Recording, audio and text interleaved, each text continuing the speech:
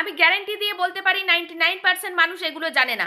জানলে এতদিন ভাইরাল হয়ে যেতে পারতো। নতুন বন্ধুরা দীর্ঘদিন ধরে বছরের পর বছর এখানে কাজ করেও কিছু করতে পারছে না, সফলতা অর্জন করতে পারছে না, ভিডিওতে ভিউজ আনতে পারছে না। চলুন দেখে নি ভিডিওটা কি। তা আমি ভিডিও শেষে কিছু কথা বলবো যেগুলো ভীষণ গুরুত্বপূর্ণ, যেটা আপনার কন্টেন্ট ক্রিয়েশন ওই যে বললাম সহজ হয়ে যাবে যদি এ ব্যাপারটা বুঝতে পারেন। আপনার ভিডিও ভিউজ যদি আনতে চান, ভিডিওটা অবশ্যই শেষ পর্যন্ত দেখুন এবং শেষে গিয়ে কিছু কথা বলছি সেটাও আপনি অবশ্যই শুনে নেবেন। তো দেখুন, আমি ফেসবুক আইডি ওপেন করে নেব। ওপেন করে নেওয়ার পর আমি আমার প্রোফাইলে চলে যাব, একদম আমার প্রোফাইলের হোম পেজে চলে এসেছি। এখানে আপনারা লক্ষ্য করে দেখুন একটা জিনিস, ফেসবুক আমাদের কিছুদিন ধরে আপডেট দিচ্ছে। প্রোফাইলে যে ক্যাটাগরি, এখানে দেখুন আমার লেখা আছে ডিজিটাল ক্রিয়েটার। এই ডিজিটাল ক্রিয়েটারে এখানে যেতে গেলে আমাকে প্রথমে 3 ডটে যেতে হবে।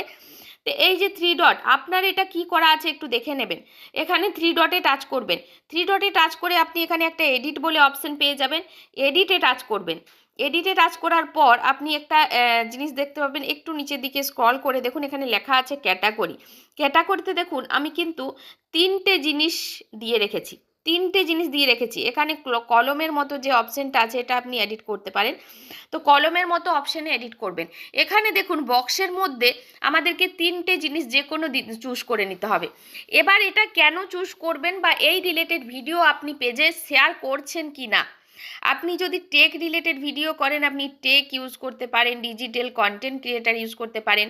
হ্যাঁ, পার্সোনাল ব্লগ যদি আপনি করেন আপনি ব্লগ করতে পারেন। আপনি যদি মেকআপ আর্টিস্ট মানে যে কোনো আর্টিস্ট হন তাহলে আপনি আর্ট ইউজ করতে পারেন, আর্টিস্ট ইউজ করতে পারেন।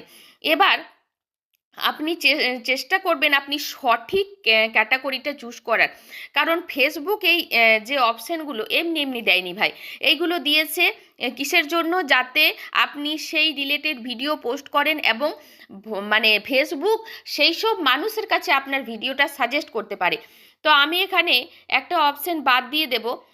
পার্সোনাল ব্লগটা বাদ দিয়ে আমি টেক রিলেটেড যেহেতু ভিডিও করি তো আমি টেক দিয়ে দিলাম। তারপরে নিচে সেভ অপশানে সেভ করে নেবেন। এটা কিন্তু বারবার চেঞ্জ করার চেষ্টা করবেন না। বারবার চেঞ্জ করলে আপনার কিন্তু পেজে প্রবলেম হতে পারে এবং নানা রকম দিক থেকে আপনার ডাউন হয়ে যেতে পারে। কেন? কারণ আপনি যখনই বারবার এই জিনিসগুলো চেঞ্জ করবেন ফেসবুক অ্যালগরিদম কিন্তু কনফিউশন হয়ে যাবে যে ভাই হচ্ছেটা কি, আপনি বলতে কি চাইছেন, আপনি কোন রিলেটেড ভিডিও দিতে চাইছেন। এই জন্য কিন্তু ফেসবুক আমাদেরকে 3টে, একটা নয় 3টে অপশন চুজ করতে বলছে। তার জন্যই কিন্তু আমি এখানে সেভ করে দিলাম।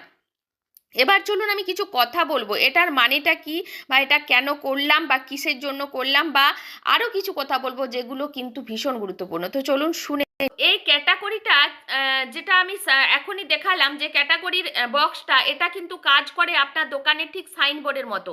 আপনাকে কাস্টমার সেই হিসাবে আসবে। আপনি মিষ্টির দোকান খুলেছেন লিখে দিয়েছেন জুতোর দোকান, আপনি জুতোর দোকান খুলেছেন লিখে দিয়েছেন শাড়ির দোকান, তাহলে কিন্তু আপনার সেখানে কাস্টমার আসবে না। ঠিক সেই রকম ফেসবুকে আপনি যখন প্রথমেই সাইনবোর্ডে ভুল দিয়েছেন তখনই কিন্তু অ্যালগরিদম কনফিউজ, অ্যালগরিদম সেই সব মানুষের কাছে পাঠাচ্ছেন আপনার ভিডিও। এবার এবার একটা কথা বলবো, এখানে যদি ক্যাটাগরি অনুযায়ী ভিডিও পোস্ট না করেন তাহলে সমস্যা, অ্যালগরিদম কনফিউজ হয়ে যাবে।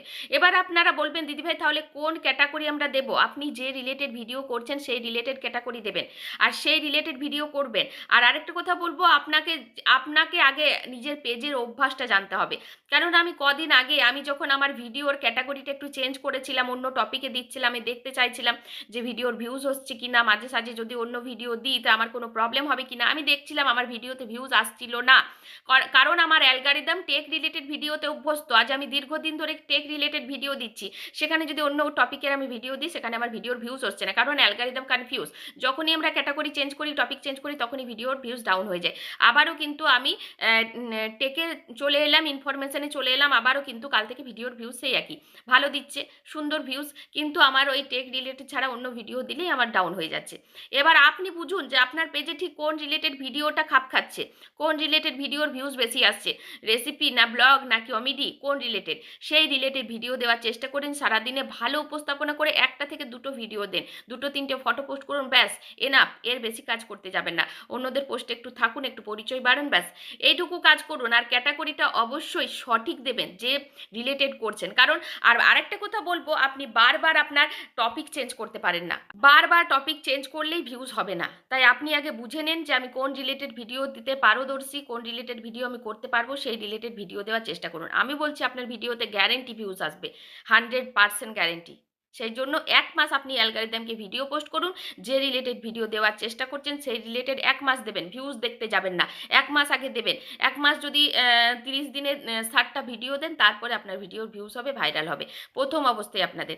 তো এই ছিল ভিডিও। কেমন লাগলো অবশ্যই জানাবেন। ভিডিওটা শেয়ার করে দেবেন এবং মাথায় কিছু ঢুকলো কিনা কমেন্ট করে জানাবেন, বা কাদের কোন রিলেটেড ভিডিও দিচ্ছেন বা যোগা খিচুড়ি কারা করছেন একই রকম না দিয়ে অনেক নানা রকমের টপিক নিয়ে কাজ করছেন কারা, অবশ্যই কমেন্ট করে জানাবেন।